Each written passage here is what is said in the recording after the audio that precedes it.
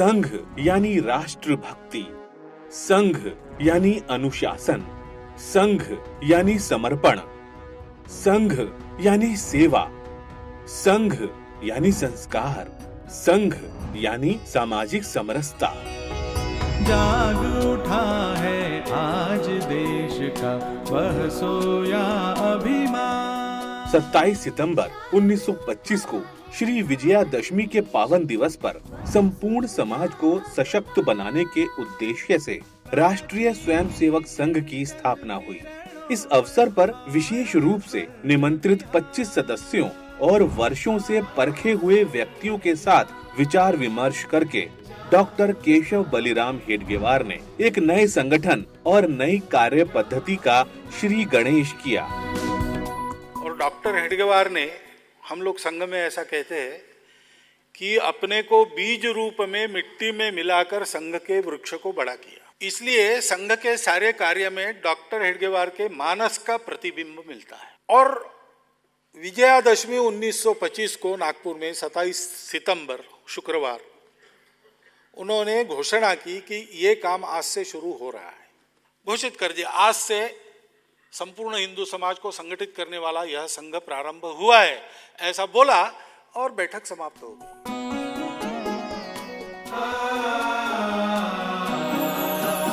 संघ स्थापना की इस महत्वपूर्ण बैठक में भाऊजी कावरे, अण्णा सोहनी, विश्वनाथ राव केलकर, देवघरे, नारायण राव वैद्य, बापूराव भेदी, अण्णाजी वैद्य उपस्थित लोगों में प्रमुख थे।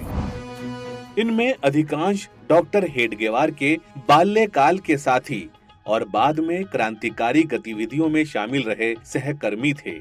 तो फिर साथी आ गए कि अच्छा शुरू हुआ, करना क्या है? तो करना क्या है तो तय करो, साथ में बैठो, आगे क्या करना तय करो।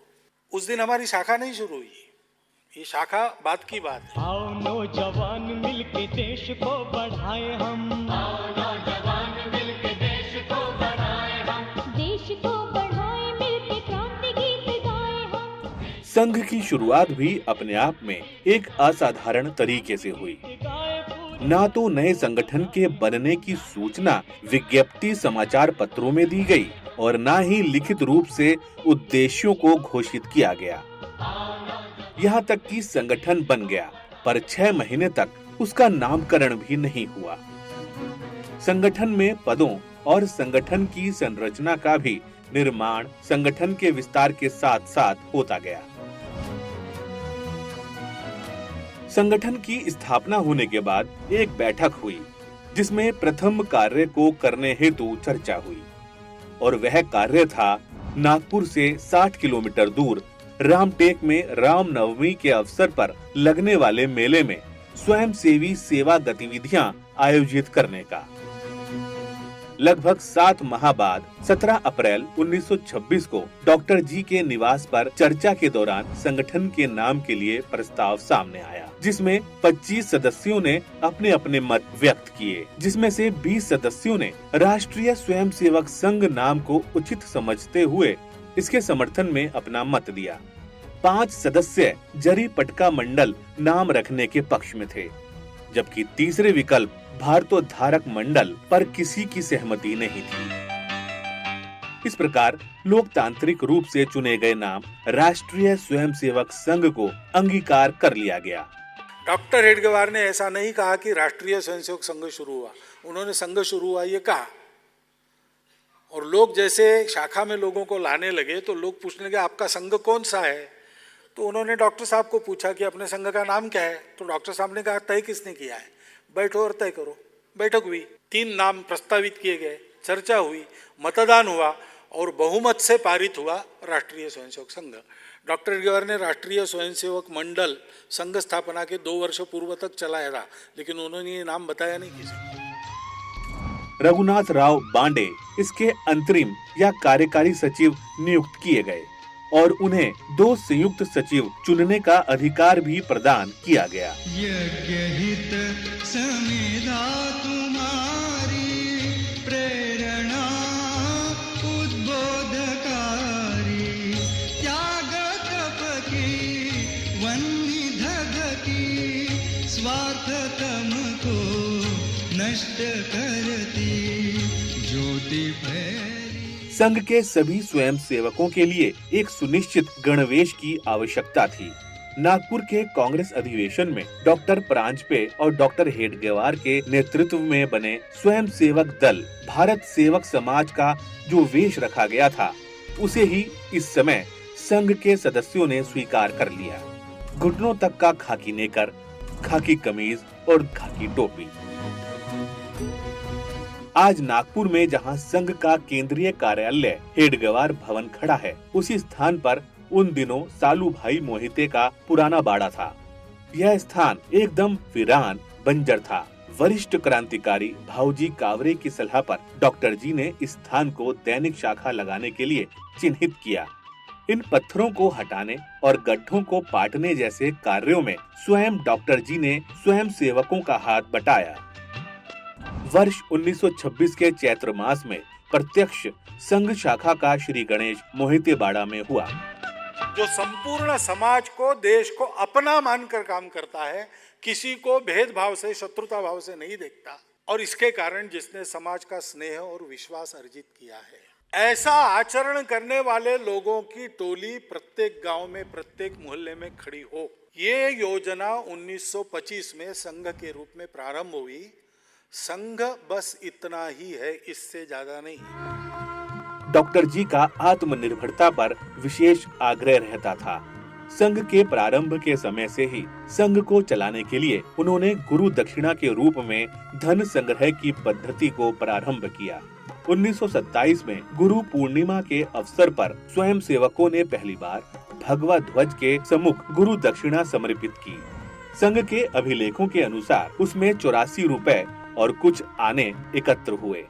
आगे चलकर यह अनुभव किया गया कि संघ में सहजता पूर्वक निर्णय लेने के लिए एक नेतृत्व की आवश्यकता है।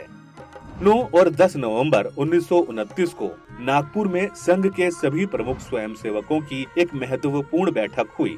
बैठक में संघ की नीतियों और संगठन विस्तार पर विस्तार से चर्चा हुई, जिसमें विश्वनाथ राव केलकर, तात्याजी कालीकर, आप्पाजी जोशी, बापूराव मुठाल, बाबा साहेब कोलते, कृष्ण राव मोहरीर, मार्तंड राव जोग और देवईकर ने सहभाग किया था। इसी बैठक में इन प्रमुख कार्यकर्ताओं ने अन्य स्वयंसेवकों से विचार विमर्श करके सर संचालक के पद का निर्माण किया। विचार विमर्श की इस पूरी अनौपचारिक प्रक्रिया से डॉक्टर हेडगेवार अनभिज्ञ थे।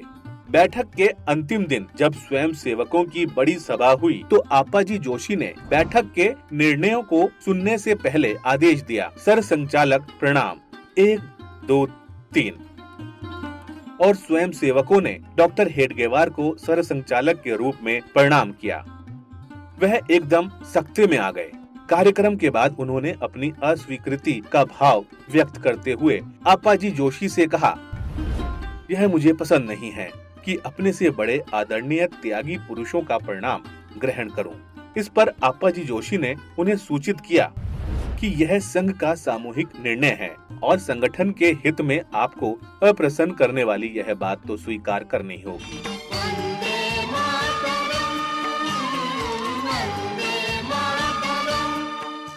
सर संचालक परिवार के मुखिया की तरह होता है। डॉक्टर हेडगेवार ने अपनी भूमिका को संघ के सामने रखकर अपने लोकतांत्रिक चरित्र, व्यवहार और आदर्श को संघ में परंपरा के रूप में स्थापित किया। स्वयं सेवकों को प्रशिक्षण देने और उनकी प्रतिबद्धता को और मजबूत करने के लिए संघ शिक्षा वर्ग की योजना लागू की गई। ओटीसी के नाम से प्रचलित इस प्रशिक्षण की शुरुआत 1929 में की गई। 4 साल बाद डॉक्टर हेडगेवार ने उन प्रशिक्षित कार्यकर्ताओं को जो संघ के कार्य के लिए स्वेच्छा से पूर्ण समय देने के लिए तैयार रहते थे, प्रांत और प्रांत से बाहर कार्य के विस्तार के लिए भेजा। ऐसे सुप्रशिक्षित स्वयं सेवकों को प्रचारक की संज्ञा दी गई। संगठन की संरचना में प्रचारक ध्रुव की तरह कार्य करता है। 14 वर्ष तक संघ के प्रसार के बाद 1939 में नागपुर के निकट सिंधी नामक गांव में संघ की बैठक हुई। यह बैठक 10 दिनों तक चली, जिसमें डॉक्टर हेडगेवार के अतिरिक्त श्री गुरुजी, आपाजी जोशी, नाना साहब टालाटुले, बाबाजी सालोडकर, तात्या तेलंग, कृष्णराव मोहरीर, विठल राव पतकी और बाला साहेब देवरस सम्मिलित हुए। संघ के दृष्टिकोण से यह बैठक अत्यंत ही महत्वपूर्ण साबित हुई। शाखा की नियमावलियां, संघ की प्रार्थना, प्रतिज्ञा आदि बातें इस बैठक में निश्चित की गई थीं। संघ में डॉक्टर हेडगेवार ने सामूहिक नेतृत्व, सामूहिक उत्तरदायित्व और आम सहमति के आधार पर निर्णय लेने की परंपरा स्थापित की। इसलिए संघ का प्रत्येक सदस्य बुनियादी तौर पर स्वयंसेवक होता है। सर संचालक के पद को अधिकतम गरिमा प्राप्त है और उन्हें पथ प्रदर्शक, दार्शनिक और मार्गदर्शक की भूमिका में स्वीकार किया गया। संघ बढ़ता जा रहा है। संघ की संगठन रचना इसे परंपरागत संगठनों से अलग और विशिष्ट रूप से स्थापित करती है। पहले धन, कार्यालय, चंदे की रसीद और पदों का निर्माण करने के बाद संगठन का विस्तार किया जाता है। परंतु डॉक्टर हेडगेवार ने संगठन को बिना नाम दिए, बिना पदों का सृजन किए संगठन खड़ा किया। इसका नामकरण स्थापना के 6 महीने बाद हुआ तो सर संचालक, सर कार्यवाह एवं सर सेनापति जैसे पदों का निर्माण 4 वर्षों के बाद हुआ। आशा पूर्ति का दृढ़ केंद्र बनकर व्रत निरंतर चल रहा है। संघ बढ़ता जा रहा। जब संघ आरंभ हुआ तब विचारधारा के नाम पर एक शब्द था, राष्ट्र, और संगठन में सिर्फ एक ही श्रेणी थी, स्वयंसेवक, और आदर्श के रूप में भगवा ध्वज। जैसे जैसे संगठन का विस्तार होता गया, संगठन की संरचना खड़ी होती गई। शाखा स्वयंसेवकों का समिष्ट रूप है।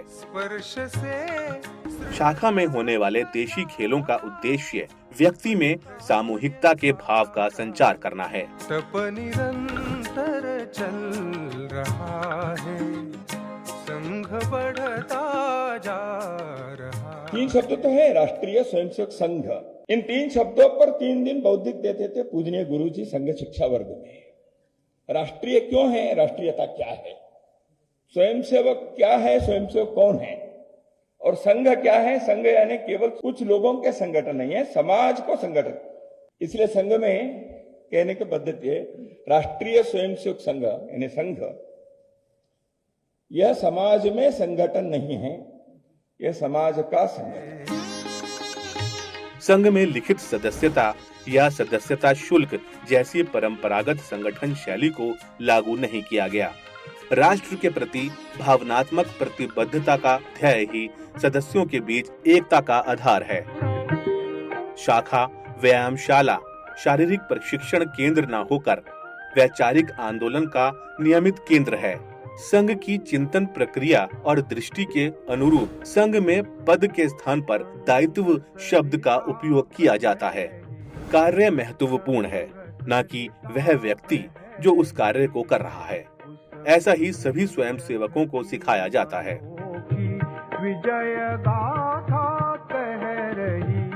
राष्ट्रीय स्वयंसेवक संघ नाम का जो संगठन है वो करता क्या है, वो व्यक्ति निर्माण का काम करता है।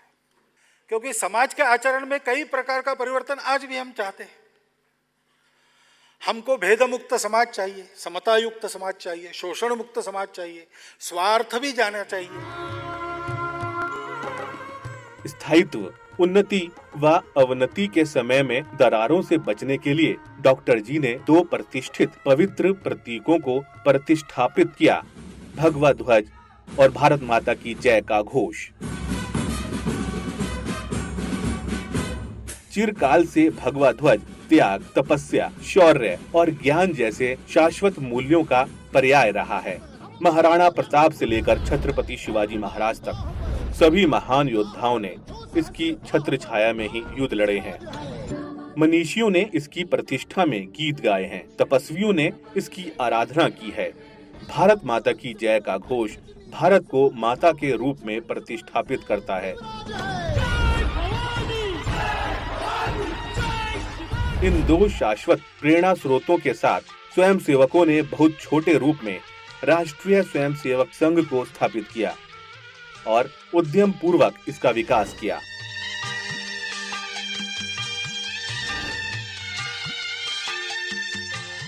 संघ के कार्य के दो प्रमुख आयाम हैं, दो प्रमुख पहलू हैं। एक है व्यक्ति निर्माण का और दूसरा समाज संगठन का। ये दोनों पहलू एक ही लक्ष्य के लिए हैं, वह भारत के परम वैभव। संघ दो स्तंभों पर खड़ा है, सिद्धांत और स्वयंसेवक। इसमें स्वयंसेवक का महत्व बहुत अधिक है। इसलिए अधिक है कि वह संघ अपने जीवन में जीता है। संघ जीने वाले ऐसे लाखों स्वयंसेवक सारे देश भर में हैं। उनके संपर्क में आने वाले लोग उनके व्यवहार से संघ को समझते हैं। स्व प्रेरणा से और स्वयं स्फूर्ति से राष्ट्र सेवा का बीड़ा उठाने वाले व्यक्ति का केवल राष्ट्र कार्यार्थ निर्मित संघ ही राष्ट्रीय स्वयंसेवक संघ है। मुट्ठी भर युवकों को लेकर प्रारंभ हुआ संघ आज देश का ही नहीं अपितु विश्व का सबसे बड़ा सामाजिक सांस्कृतिक संगठन है।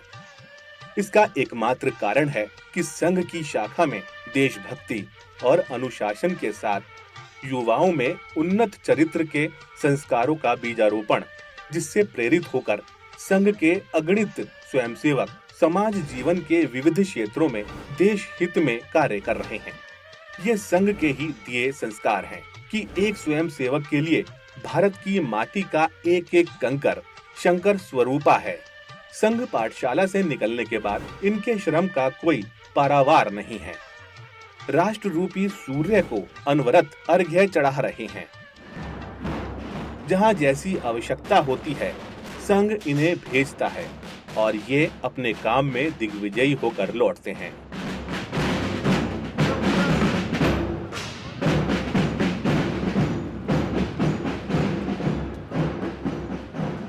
ये संघ स्वयंसेवक ही हैं जो राष्ट्र बलिवेदी पर स्वयं को समिधा बना देते हैं और मां भारती के पावन चरणों में बैठकर उनके चरण पखार रहे हैं। देश की अभ्यर्थना कर रहे हैं, भारत को अतुल्य भारत बना रहे हैं। बीते वर्ष अनेक पंथ पर राही एक चला था, अंधकार का वक्ष चीर कर दीपक एक जला था, दैन्य दास्य का पंख दबाकर शतदल कमल खिला था, काल रात्रि को भेद ज्योति का प्रखर पुंज निकला था।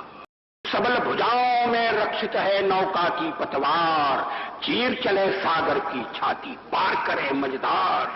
कोट पुष्प चढ़ रहे देव के सब शुभ चरणों पर, कोटि चरण बढ़ रहे ध्येय की ओर निरंतर। अंग श्रृंग से प्रबुद्ध शुद्ध भारती, सपूत मातृभूमि के रुको न शूर साहसी। असंख्य कीर्ति रश्मियां विकीर्ण दिव्य साहसी, स्वयं प्रभास मुज्ज्वला स्वतंत्रता पुकारती।